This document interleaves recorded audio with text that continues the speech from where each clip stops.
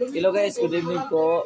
Nandito po ako ngayon sa Balintawak, sa Balintawak po, sa Metro Manila.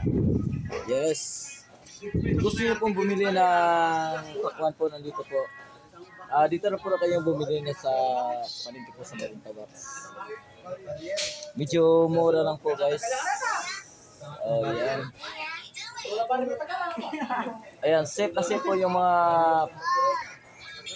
watermelon po yung inaano po nila. Ayan po. Makikita niyo naman po kung paano po nila nilagay at saka hinahagis po yung marami po mga tauhan po na ayan.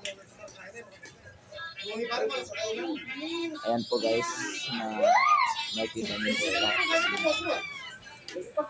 Yes. Ayan. Fresh na fresh at saka ano po.